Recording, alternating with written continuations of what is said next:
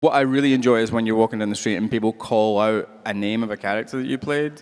And sometimes you'll be like, oh, that guy's going to do it. He's going to do it. And then he surprises you and he's like, Mr. Tumnus! And you're like, all right. Didn't expect that. Prepare your ears, humans. Happy, Sad, Confused begins now. Hey guys, it's Josh. Welcome to another edition of Happy, Sad, Confused. Are you ready for an X-Men reunion with two legends? I was. Elliot Page, James McAvoy, recorded at New York Comic Con. A really cool, geeky, fun conversation with two actors that are fantastic in that series and so much more. Thanks guys, as always, for checking out the podcast. Boy, we're zigging and zagging. 1 second it's Martin Sheen, 1 second it's X-Men. And yeah, this is the X-Men episode. So for those that weren't able to be there at New York Comic Con, I want to share this. This is a live event that we recorded there. And like I said, kind of a mini reunion. Obviously, Elliot and James McAvoy didn't necessarily share a lot of screen time, but they certainly, X-Men certainly was important in both of their respective careers. So you're going to enjoy this chat a lot. More on that in a second. Quickly, as always, patreon.com. That's where you get all the early access. You can see and watch everything early before anybody else. You also get heads up on upcoming guests. You can ask questions of the guests. You can get autographed merch, access to our live events, so much more. Patreon.com/happysadconfused. And a reminder, November 18th, Brendan Fraser, first-time guest on the pod. And we are screening his new movie, Rental Family. Get in on that. If you're in New York, this will be a good one. Okay, a little more preamble, then we'll get to the main event, I promise. Elliot Page, James McAvoy, two gems.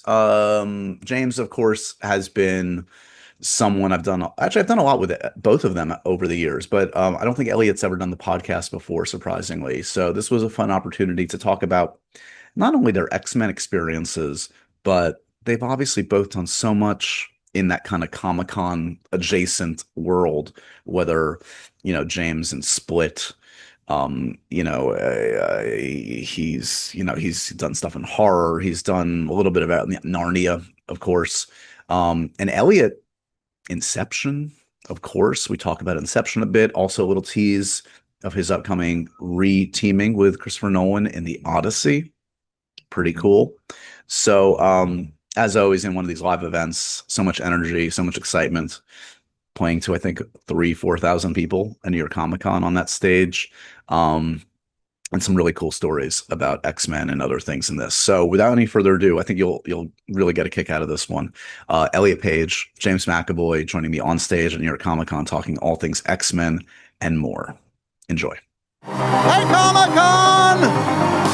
How's it going, everybody? Look at you all. Look at you beautiful people. Happy last day of Comic-Con. No tears, though, guys, because we are ending with a bang. Are you ready to talk X-Men with two iconic actors, parts of the franchise? My name is Josh Horowitz. I host a podcast called Happy, Sad, Confused. I am so privileged to moderate a bunch of stuff here, but this one is special. I love these two actors. I love these films. Not only also, by the way, do these folks have X-Men on their resume. Let's just review for a second. Elliot Page, Inception, Umbrella Academy. Come on, guys. James McAvoy, from Narnia to Split. I think he knows Next Generation trivia more than anybody in this building. I'm not going to test him. I'm not going to test you, James. Don't worry. Okay, without any further ado, let's fill some seats and have a fun, geeky chat, shall we, guys? Please welcome to the stage James McAvoy, Elliot Page. Come on out, guys.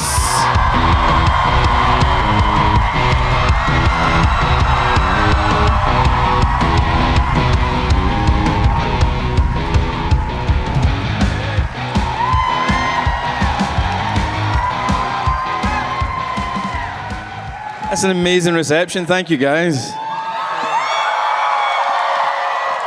They told you to do that, right? That's good energy to start the day, right? That's how you usually start a day. You walk into a room filled with 3,000 people cheering you. I just have an applause button. Yeah, by my best. No. So, okay, let's talk. Look, you guys, you guys intersect in the X-Men films, but not necessarily a ton of screen time. So like, have you spent more time like on press tours or these kinds of things than actually on set on X-Men? I think like we did press for Days of Future Past, right? We spent a little bit of time. I seem to remember talking to you about pitching new ideas and stuff like that when you were like on. I'm just trying to have a quiet drink, dude. When we were doing the press for Days of Future Past, but that was kind of it. And then a little teeny bit on set, I think we crossed over. Yeah. That's what I remember as well. Yeah. That's it. Elliot corroborates the story. Yeah. You guys, as I alluded to, both Comic-Con veterans. Do either of you have memories of a first or indelible Comic-Con memory? It was here. Yeah. My first Comic-Con ever was New York. I can't remember what movie it was. I think it might have been Wanted or something like that. And back on Wanted. And weird. This is a weird bit of trivia that nobody will find interesting about my wardrobe. I've not worn this jacket since that day. Isn't that weird? Isn't that crazy? What a weird Easter egg. And I didn't wear it on purpose. I just realized, I found it in the wardrobe before I came in. I'm so dull, just talking about wardrobe decisions. And I was thinking, right, blue on blue, denim on denim. So that's it. Try to one-up. Canadian tuxedo, you know. Thank you very much, yeah. Thank you very much. For you, do you remember the first time? We talked, I remember, for Umbrella Academy, here actually, but I'm sure you have experience that goes back further. I think if I'm remembering correctly, my first was actually San Diego Comic-Con with the movie Super. And I remember having a blast because Liv Tyler was there, and her and I together wore masks, like to go like walk around everywhere, which was so fun. But Liv, even in the mask, looked so cool. People were asking to take pictures with her, having no idea that it was Liv Tyler. That's my memory from my first. Was it a generic Comic-Con. mask? Do you remember what the mask was? It was, I think it was the V for Vendetta. Oh, cool. If I'm remembering correctly. Nice. Yeah. Nice. So give me a sense, growing up, what in the Comic-Con space were each of you into, respectively? Comic book kids, sci-fi, Tolkien, anything that touched these worlds that you were obsessed with growing up? You want to go first? I guess I remember when, forget what age, I would have been maybe 11, 12, and the original Star Wars was re-released in theaters, and I became completely like hooked, and I loved Batman, I loved Spider-Man, I loved, more superhero stuff when I was a little kid. I read something somewhere, tell me if I'm wrong, was Matrix a big film for you? Yes, I loved The Matrix, yeah. That explains it. Yeah. Everybody has that moment when they see The Matrix for the first time and what did I just see? What was that? Yeah, I was just talking about it earlier, actually, with someone who's never seen The Matrix. But I almost was so excited for them. But I guess sad that you never had that experience at that time in the theater, just how new and how extraordinary it was visually and story-wise. Totally. Do you know what panel I'm doing here next on this stage right after? No, tell me. The Matrix? The Matrix. Oh, shit. Lawrence Fishburne and Joe Pantoliano are coming on to talk about The Matrix right cool. after here. I met them yesterday. That was pretty freaky getting to meet them. Yeah. Amazing freaky. Stuff that I liked growing up, Lord of the Rings, massive. A bit more niche, the Belgariad, David Eddings, anybody? Yeah? Yeah, woo.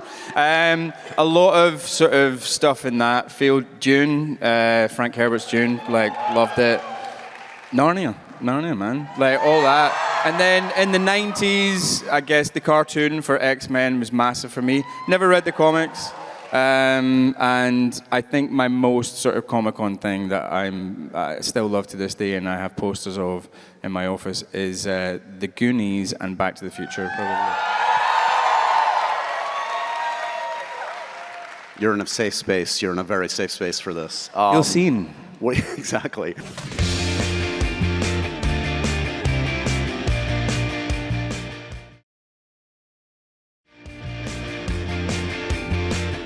As you recall, were Kitty Pryde and Charles Xavier the first comic book roles that came your way? Had you done auditions in that space before, or was that kind of a first for either of you? I did Wanted, which is sort of a comic book adaptation. back in 2007, and I auditioned for that. I didn't audition for Charles, which is amazing. They just, you know, back on X-Men. Offer only McAvoy. That's what they call you. Yeah, I know. But yeah, so no, I don't think I went up for too many other superhero parts other than those two. Yeah.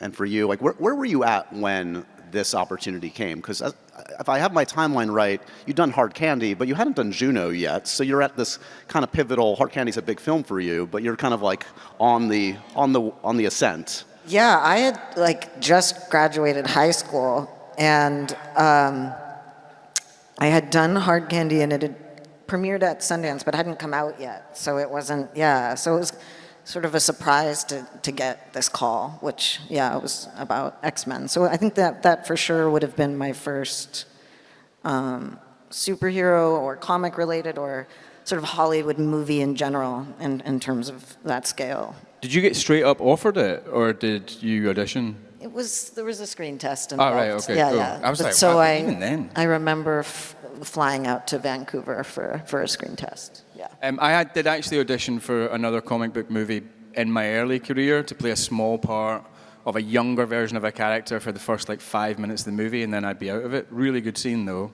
I won't tell you the film and I won't tell you the director, but we had this amazing conversation and this amazing connection, and like we were laughing and crying. He's telling me stories about his life and like real deep stuff, quite traumatic stuff that had happened to him. And he hugs me at the end, and we both cried. And like as I'm walking out, he turns to the casting director and is like, "This is the guy. This is the guy." And he never called my agent. I know. And then he offered me a role years later on another movie, which I didn't end up doing with him. And I sat down and chatted with him, and I'm like, "Do you remember me?" And he was like, "No, we've never met before." And I'm like, okay, directors are weird. Everybody knows Steven Spielberg is an asshole. No. So, I mean, Last Stand, I mean, that's a different kind of filmmaking than you had experienced before. It must have been kind of a little bit of a shell shock, like just the scale of the filmmaking. Do you remember that kind of registering, like, oh, this is what they say when they say blockbuster filmmaking? Yeah, I'd never been on any set like it. I grew up acting in Canada as a kid, making shows and independent films, and so the scale of the production from base camp to set to all of it was very new for me. And the ensemble around you, unbelievable. That must have just. That was definitely so intimidating to walk into, all these extraordinary talents and extremely famous people, and walking into this world. But one thing that I immediately took away from my castmates was just how wonderful they were and welcoming, and really just made me feel comfortable and included. So that was really nice. So one thing I feel like both of your characters share is that there are powers that are kind of hard to convey on screen. I mean, Kitty, it's like essentially you're like running at a wall, and then in post, like, oh, I'm on the other side of the wall. For you, it's like a lot of intense like eyebrow work and pointing to your forehead. Which has the tougher power to convey on screen? Fight it out for me. Oh, you got other powers than just being able to run through walls, though, right? Yeah, it can shift and change a little bit. Yeah. But I don't know. I don't know who's got the harder job of conveying. I mean, I'm very expressive with my eyebrows. They are thinning as I get older, which really worries me because I don't know if I can do the same kind of work anymore. But hopefully we can, CGI or AI can help me out with that. Can you give us the hacky way to do it and the James McAvoy way to do it in terms of? Well, I found that I was acting too much and I was doing too much, which is why I employed the finger, because I just thought as soon as I put the finger up there, like, I don't need to do anything. That's like, wow, the finger. But honestly, like when I first said I wanted to do the finger, it was like a discussion. We had the finger conversation. I'm not joking, by the way. I'm not trying to be a dick. And because I don't think Patrick ever did that in the other films. And he does do it in the comic books at times, and he did do it in the cartoons. So I was like, okay, it's something that he never did. I got to do it. And then there was a whole discussion about fingering myself on camera. I know. I would say I'm surprised, but I'm Go not for surprised. it. Yeah. So everyone agreed, yes. So when you're cast, James, like, at what point do you like seek out or receive Patrick Stewart approval? Because you want some tacit thumbs up from him, I would imagine, at some point. Yeah, I mean, look, I was a fan of his anyway, from like Next Gen and David Lynch's Dune. He played Gurney Halleck in that, and it did feel weird. And I also knew I wanted to do something quite different with it. It was probably more different in the first couple of movies than the last couple of movies. But yeah, you wanted him to feel respected and feel sort of like it was the performance was like in conversation with his, even if it is different. Anyway, when I was lucky enough to get to cross over with your cast, one of the few members of the two casts that really got to do that, I got to spend pretty much a whole afternoon with Patrick and with Serene and Sir Patrick, sorry. And while I was getting hair extensions put in, and I went into the trailer, and I think Patrick was cooking, and Serene was sitting with his feet up in the recliner, and I just finished doing Macbeth on the West End in London, and I sat. Thank you. And you should have seen it. It was great. And I go into the trailer, and Ian's like going, you know, you've just come off the stage, James. You've just done Macbeth, haven't you? And I'm like, yeah, that's right. He's like, come on, let's all do a bit, because Patrick had done it as well. And I'm like, what? And I'd only finished, I think, 2 weeks before, and I couldn't remember a single line. And these two are like bandying back and forward favorite bits from Macbeth. And I was like, wow, it's a different kind of actor, a different kind of machine. Have you ever summoned the courage to do your Picard impression to Patrick Stewart's face? You do a very good Picard. I used to do it quite well. I've not tried it in years. Yeah. Engage. There it is. Yeah, thank you very much. Thank you. Really appreciate that. I don't think I have done it to his face, actually. Patrick Stewart, come on. No, we don't have him. I'm sorry. So when the call comes for Days of Future Past, very exciting for the fans, for all of you, I would imagine. The experience on that one, a wholly different kind of thing for you? Again, just to mix it up with some familiar folks and also meet some new things. What was your perspective on making that one, Elliot? Gosh, I mean, it was really, like, to be honest, in that one, that's pretty much what I do. I just do a lot of that. Right. But it was a joy to be back with everybody again, to, you're doing this with Hugh Jackman all day. I mean, he's like the nicest person you could meet. So, yeah, I think for me it was just the joy of being back with such a wonderful group of people and to continue to be a part of, such an extraordinary world and legacy of characters that means so much to people. Yeah. James, I think you've said to me that that's your favorite of the X-Men films. Correct me if I'm wrong. Days of Future Past? Yeah. I go back and forth. There's a toss-up between First Class and Days of Future Past. I feel First Class sort of tried to do something quite different and do a different kind of tonal approach, if you like, which I thought was really cool. But Days of Future Past kind of went more sort of classic, but it just did it so well. And it was sort of, I don't know, correct me if I'm wrong, and I'm not trying to claim anything because I didn't direct it or write it, but it was sort of one of the first ones that did all that timeline stuff and different universe-y kind of crossover-y stuff that we kind of weren't used to as much back then. Back then, before the war. Back when we was on rationing and a can of beef was a luxury. It just felt a bit different and a bit new. So I go back and forth between the two of them, to be honest with you. But I got to do some, like, people are going to go like, oh, you must, get so bored on those big movies and whatever. I'm like, playing Charles in Days of Future Past was like a proper, solid acting workout. It was awesome. It was so good. Yeah, it's like Charles by way of like Born on the 4th of July. He's like strung out. It's like, that must be really, and not to mention, you can just do so much with your buddy Fassbender. Talk about a great screen partner to have. Yeah. Well, I actually ended up spending more time with Nick Holt on Days of Future Past. Me and Fazzy were sort of kept apart a lot, which I never quite understood. She wrote, too much friendship. Yeah, it was cool. You know, like Elliot was saying, we just had we were lucky enough to have an amazing group as well, and no bad eggs, and just real good sort of supportive group energy, which was like one of the privileges of my career to do those 4 films with those guys. And talk about good energy. I mean, we feel the love in this room. I know you guys feel the love. I mean, the fans truly do make this special, because these films, like, it's kind of like what you're talking about on Matrix. These are cool films, but they're saying something. That's why X-Men works. It's about the outsider. These are like coming out stories in a way. Like, it really resonates on many different levels for you. Like, give me a sense, a little bit of, like, I don't know, fan encounters perhaps over the years that touched you, or what do people say to you that really, I don't know, is meaningful for you in relation to your work in X-Men? When they tell me that I was better than Patrick, that means so much. That's sweet. It really resonates with me and my feelings on the work. No, seriously though.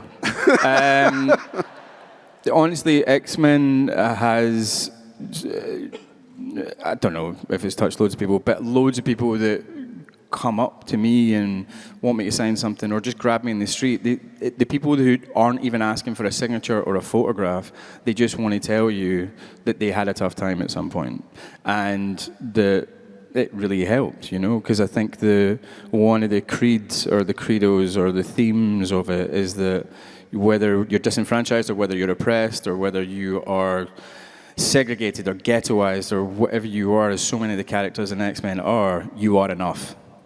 And you deserve your place. And I think that's quite positive. But yeah, I do get a lot of that from X-Men. Yeah, I mean, I'd say my experiences have been so, similar in the ways that X-Men has, spoken to someone, helped them through difficult times, just been a huge part of their own journey, potentially, in discovering themselves, and those moments are always literally some of the most special interactions you can have with another person. So, look, as often happens in these things, like they constantly reiterate, they recast. You were, a recast of sorts from Patrick. We're going to see another Charles, another Kitty, probably before too long, perhaps. Depending on what you read on the internet. I've heard Coleman Domingo, I've heard Bella Ramsey, I've heard a lot of different names. I don't know if you follow that, you hear that. What do you make of those names? Or just generally the idea of someone inheriting the mantle of these characters from you? I mean, yes, absolutely. Like, to me, that's, I don't really follow, but those names sound fantastic. And, approved. I mean, it'd be just so exciting to see, people take on a new iteration. Yeah, no, I totally agree. I'm excited to see what happens next. I was a fan before I was an employee, and no, and I'll be a fan again. You want it to be. I just can't wait for it to be exciting and to be about. Oh no, that was going to sound bad. It was going to put a lot of pressure on people. Coleman Domingo sounds amazing, though. He is great. Meanwhile, Hugh just will always play Wolverine. Like, I mean, apparently we can't improve upon that. Like, I was going to say 10 years from now. It's probably going to be 10 minutes from now when AI has taken over and playing all the roles and there are no actors anymore. He will still be playing Wolverine. Even AI will be like, nah, you got to have Hugh. Nah.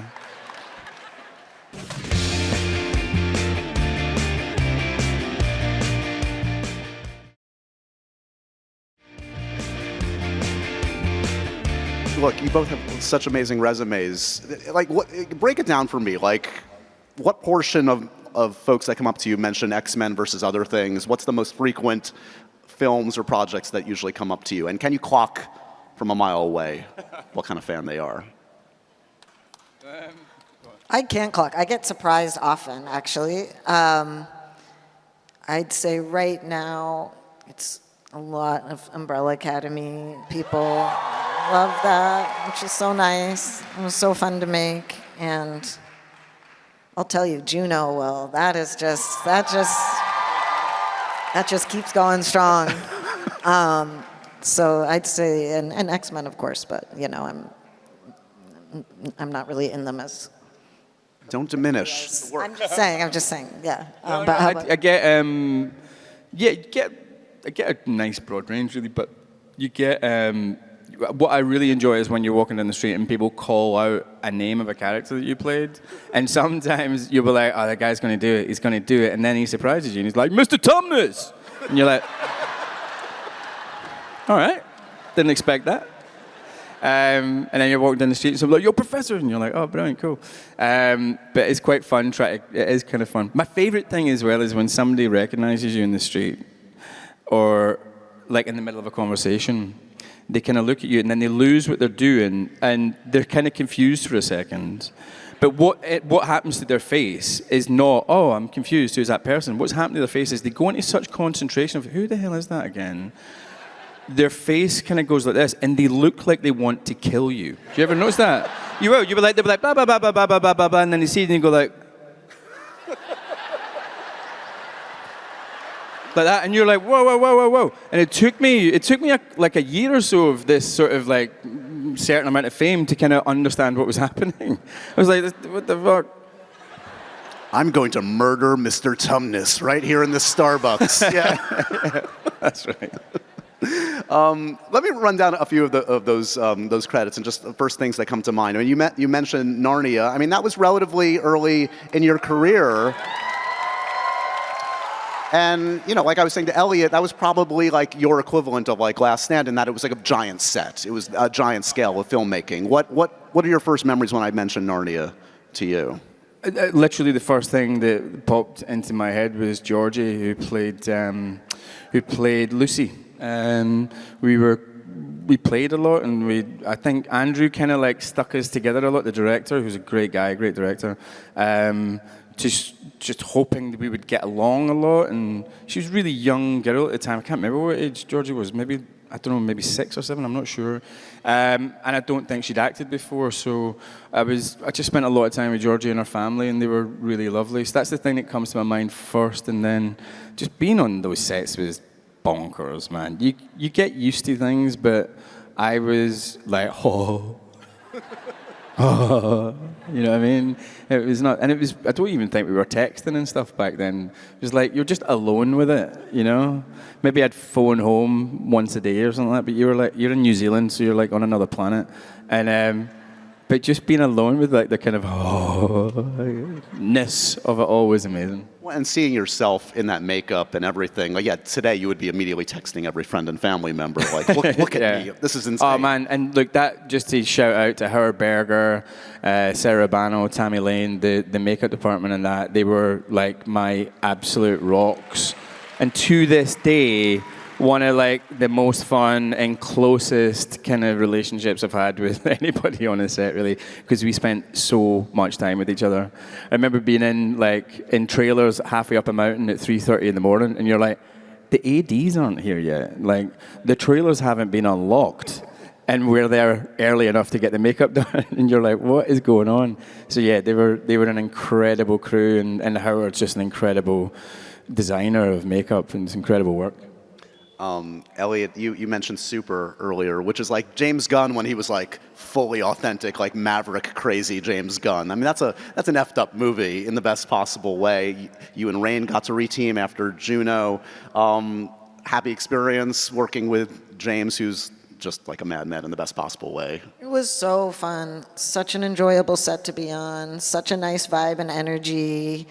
Everyone there to just work together to tell this crazy story, and such a fun, like, just full-blown character to play. And it was, with someone like James, you really trust him when you are pushing it and going far, that he's gonna like sort it out tonally. And yeah, that was definitely one of my favorite characters to play, for sure. Are you surprised at the trajectory he's taken? I don't know if you've seen the Guardians movies or Superman, but it's like, in some ways it's obviously authentically him, but it's a different side of him, clearly, than the super guy. Yes, that for sure, yeah. But you can see just, I mean, how all those qualities and those strengths, you know, have fed into and made these great projects. Yeah. Inception. I'm going to mention Inception because that talk about a classic. How does that script read the first time you read it? Do you understand what you're getting yourself into? Did Chris have to kind of walk you through it, or what? I'm a little, I mean, maybe a bit of both. I remember sitting, because with Chris, it's very, as I'm sure people know, so secretive. You go to an office, you read the script, then you leave. And same when I just read the Odyssey. And it was I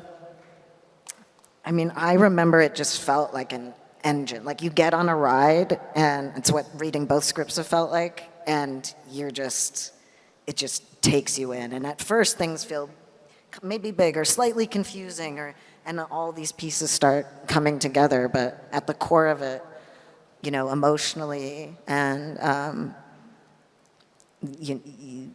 just these arcs that are so defined and beautiful, sort of despite the massiveness of these projects. And I think that's been my big takeaways from his scripts, his writing. It's also, your character, in a good way for you, I'd imagine, is kind of the audience in that, and is the one person in that story that's kind of what's going on? That's, literally the whole movie, I'm just asking questions. That's someone should in that story, what? It's wait, whose subconscious are we going into right now? That's what I do the whole movie, yeah. I think you kind of, I don't know, you are totally like that sort of David Copperfield. By the way, I love the film. This is why I'm about legitimate. Actually, I think you'll find. You're that David Copperfield character a little bit when you're kind of the audience in some ways, but you also so young, and you stand as a performer, you stand up to DiCaprio, and you call him out so much in that movie, right. And I don't know, I always had massive respect for you for that, because he's incredible, right? He's got this amazing energy, and then when you start taking him to task, I was like, wow, you felt like that's somebody getting put in their place, It was good. James, that's nice. You've got some gamer cred thanks to Beyond Two Souls. We should say that. Are you both gamers? Did you grow up gaming? Do you still play games? Give me a sense. I game a little bit. I gave it up just because I didn't have time and life was too busy. All the movies that I do. And but then in the pandemic, me and all my buddies got together and we're like, "You still got a PlayStation? Yeah, I've got a PlayStation. Should we get a game? Let's get a game." And me and all these other middle-aged white dudes started playing online shooting games, and we were like, "Oh my God, this is amazing!" So that got me back into it, and so I game again. What's your favorite? What's consumed the most hours lately? Straight up, just Call of Duty guy. Call of Duty, online shooty, kind of competitive, people screaming at you, going I can't believe this happened to me again. It's when you hear someone on the other end of the death comms. For anybody that doesn't know, when you shoot someone else and it's a real player in the real world, they open up the mic for 5 seconds or whatever so that you can hear them. And some of the shit you hear is just incredible. You're like, why does this always happen to me? And cuts out, and you're like, it's a grown man. It's so good. Do you ever on your end go, you just killed James McAvoy? No, but I did play ones with... You sometimes, if you go on your own, you can get paired up with a team of other rando strangers. And so this other team of 3 people needed an extra, and I got chucked in at their team. They all happened to be from Glasgow, my hometown. They were like, "You sound like that guy, James McAvoy." And I was like, "I know, man, I get it all the time." I know. It was quite funny. And one of them was clearly cheating as well. One of them was using some booster or something. He got 20 kills in 5 minutes. We're like, how do you... And I was very new to the game. I was like, how do you do that? I would love to learn, do you know what I mean? And the other 2 guys were like, we don't talk about it, man. We don't talk about it. Because one of them cheats. And then on your end, again, as I said, Beyond Two Souls, but prior to that or since that, is gaming part of your life at all? When I was a kid, I really liked video games. I loved Sega Genesis. I had PlayStation. I'd say Sega Genesis is my favorite ever. And then I kind of stopped just because of life, busy, but on occasion I'll get sucked into Nintendo Switch, But I'm more I like Mario Odyssey and Mario Kart and this. Yeah, I need something like Nintendo Switch because it's a little more. Before it got so crazy, so many buttons. I can't keep up. I can't keep up. Yeah. Did you enjoy that was performance capture, and that's a whole nother beast of acting that I've talked to a lot of actors that absolutely love it. It's kind of back to basics, black box theater in a way. What was your experience doing that? I loved it. I'd say it was probably one of the more challenging acting experiences I've done, because you're just doing like 20, 30 pages a day. While you're doing one scene, you're literally pausing to do different versions of a line. So going from these like completely emotional extremes, it's like an exercise that you couldn't even create for yourself. So I felt really lucky for honestly just how full throttle it was. But yeah, what a dream, and to do it with Willem Dafoe, and it was a really good experience. And correct me if I'm wrong, is your production company adapting it into a TV series? Yeah, that's the plan. Yeah, yeah. Very cool. Let's talk about Split and Glass, James. Come on. I was in it. That's all I needed. Just needed a fact check. But what an opportunity, and I know you've said to me and others, like, it came relatively late in the game, and not as much time to prep, perhaps, as you would have wanted. Not for Split, yeah. For Glass, I had a lot of time, but yeah, not for Split. So how how much time did you have to prepare, and how did you possibly sketch out all of those characters so quickly? I think I've said like 2 weeks, and my wife, she used to work at M. Night Shyamalan's company, she's like, you had 3. I'm like, it was still a lot, okay? It's still really impressive. Yeah, like 2, maybe 3 weeks. And it was a little bit of a version of what you were saying about like Christopher Nolan scripts, I guess, where it's quite secretive to get the script, because Night, not always, but oftentimes is protecting a twist or something that's going to happen that surprises the audience. But they weren't going to fly over to hand me the script, so they did send it. But it was like a time-limited amount of time that I had to read this script. Yeah, it came late in the day. I didn't have much time to prep. I got over there. I spent a week solid with Night, running around the production office, like coming up with different characters, coming up with like anybody that was kind of around that office must have just thought, what the fuck are they doing? Like at one point we tried to figure out how he ran as the Beast. And I'm running up and down the production office, and there's like 30 people employed, and I'm like galloping, and I'm like bounding on all fours and all that, and Nate's going, that's the one, that's the one. And then we're like, well, what if Hedwig roller skates? So I'm like roller skating up and down the production office. They were like, these guys are just taking the piss. But yeah, so we figured out, I think it's like 4 or 5 main characters that I play in Split, and then with the smaller parts, I think it's like 11 or 9 or something like that. But those smaller ones were actually trickier, because you don't have a full character to inform, well, why are they the way they are, and what is their function as part of this community that lives inside of one vessel. And so they felt a bit more like at risk of being just sort of like putting on a funny voice, really, do you know what I mean? So weirdly, even though you were playing a character that only had, 30 seconds of screen time, you had to put in the work to kind of try and flesh them out, so that they didn't feel like, oh, here he is doing a funny voice and a wink or something, you know.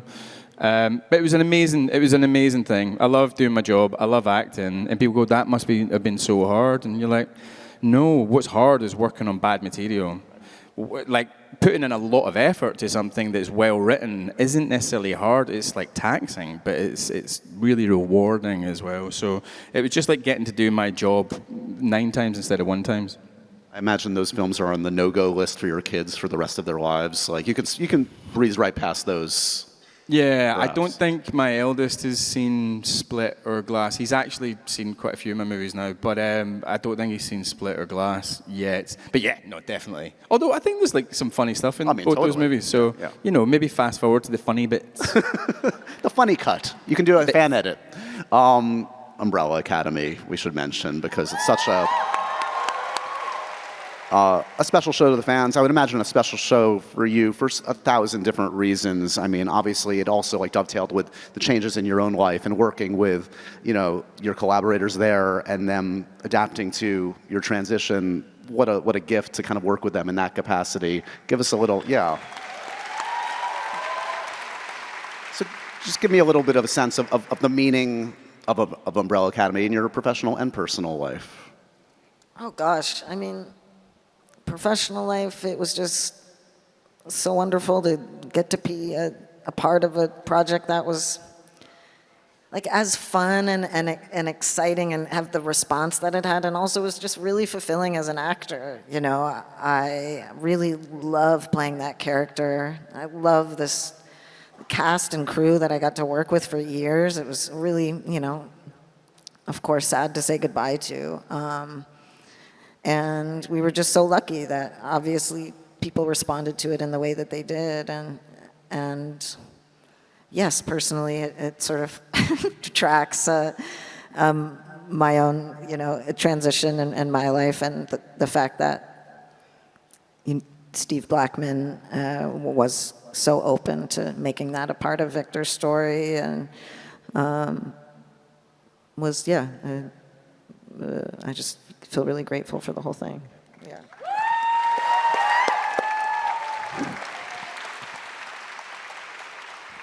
You're going to be in the Odyssey.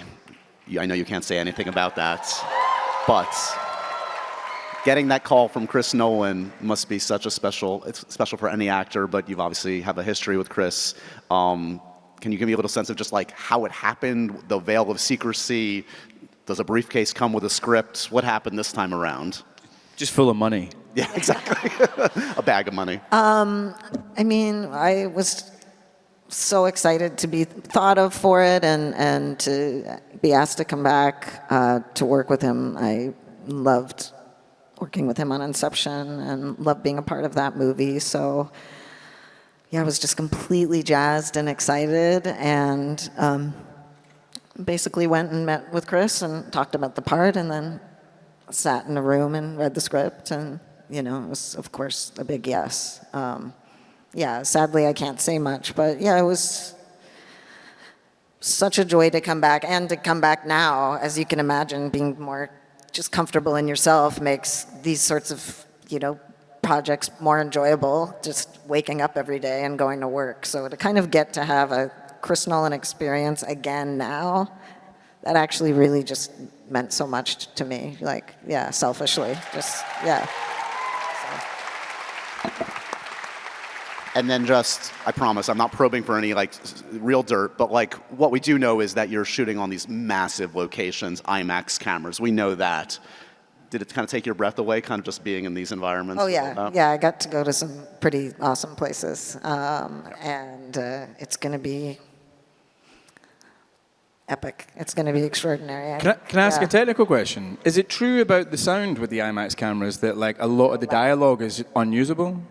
They're really loud, and so when you are doing stuff that's close and quieter, they basically made a giant, like there's just a giant like blimp that goes over it to quiet the sound, but it's like huge. So it's not like you have to ADR everything. No. Great. Yeah. I know he's been like improving that over I the think years, I did. right? This is when you think of a movie of Inception. I think I did like 20 minutes of ADR. Like Sorry, maybe a lot of people don't know what ADR is. It's a thing in post where you're kind of fixing sound that may like not be clear enough, or you're fixing a line completely. And as an actor, like you're in a studio watching the film and either matching to your lips or the line could be off camera. But that's something you do usually a lot. But Chris wants like the sound on the day. He hardly uses mics. Like he's wild. Am I even allowed to say this? I'm like, oh no. No. You might get fired. He's going to edit Oh you out of no, the we movie. made this down. No. You're in so much trouble. You're good, I promise you. And I'm going to tell on you and try and get your part. Don't do it, James. Honestly, when you were talking about Inception, I'm like, it's one of the few films I can watch again and again and again. I didn't know that you were in the Odyssey, so that when you dropped in, you were in the Odyssey, I was like, fuck's sake, man. No, I'm very jealous and also really happy for you. Was it a dream? Did it really happen? Inception? Any takes on the ending? Well, so the ending, we gotta go. Shoot. No. We do sadly have to go pretty soon, but before we do that, I want to give some love. James directed a movie that we're all going to be seeing hopefully pretty soon. Yep, California Schemin'. The trailer's no. Anything you can tease the audience about that? You had your premiere at Toronto. Hopefully we'll see it before too long. But what a moment in a career, something that's a whole new adventure for you. Yeah, totally. Look, I had a great time doing it, which is not any reason why anybody should watch it. Yeah, it was great for me. No, it's a really great, it's a true story about two guys in Scotland back in the early 2000s who tried to make it as rap artists and in their own voices, in their own accents that sounded like mine, but probably thicker as well. And they kind of got laughed out of the industry. And so they came back and they reinvented themselves and pretended to be California skater dudes, rewrote all their music, re-recorded it all with American accents, and the same companies that laughed them out of the business gave them a record deal for 60 grand. And they went on to have a pretty wild ride as two young guys who essentially had to become method actors for 2.5 years. And they lived it 24/7, even when they were on their own. And it's really entertaining, it's really funny, it's really tragic at some points, but I'm really proud of it. Hopefully, you'll all get to see it next year. You have 3,000 tickets sold just from this audience. Guys, give us a follow on Instagram on California Schemin'. We'd appreciate it. Hashtag California Schemin'. Aspiration. You've directed for television. You obviously are producing. Aspirations to direct. Is that on the list, or happy to do what you're doing? I'm kind of, right now I'm just, producing, and that's which I'm enjoying. Excellent. Thank you guys so much for geeking out with me and all these folks. You've honestly contributed so much, obviously, in the X-Men franchise and beyond. Thank you for your time. Thank you, all of you, for coming out today. Give it up one more time. Elliot Page, James McAvoy. And so ends another edition of Happy, Sad, Confused. Remember to review, rate, and subscribe to this show on iTunes or wherever you get your podcasts. I'm a big podcast person. I'm Daisy Ridley, and I definitely wasn't pressured to do this by Josh.